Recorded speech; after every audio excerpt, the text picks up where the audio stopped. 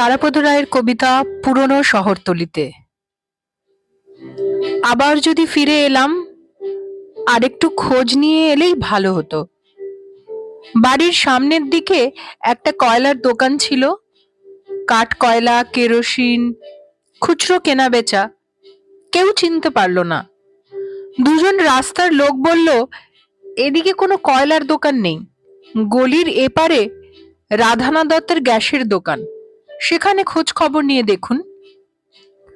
মনে আছে, কয়লার দোকানের পিছনে ছিল বড় উঠোন, কয়েকটা আম কাঁঠাল গাছ, ভাঙা বারান্দা, ঘরদোর। এখন তো কিছুই নেই, শুধু একটা নেম প্লেট, নাগরিক। 4 তলা বাড়ি, 16টা ফ্ল্যাট।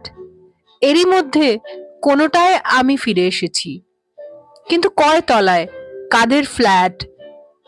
স্বর্গীয় রূপকবাবুর পদবিটা যেন কি ছিল। তাদের নতুন বাসা বাড়িতে এখন কে থাকে? কোনো খোঁজ খবর রাখি না।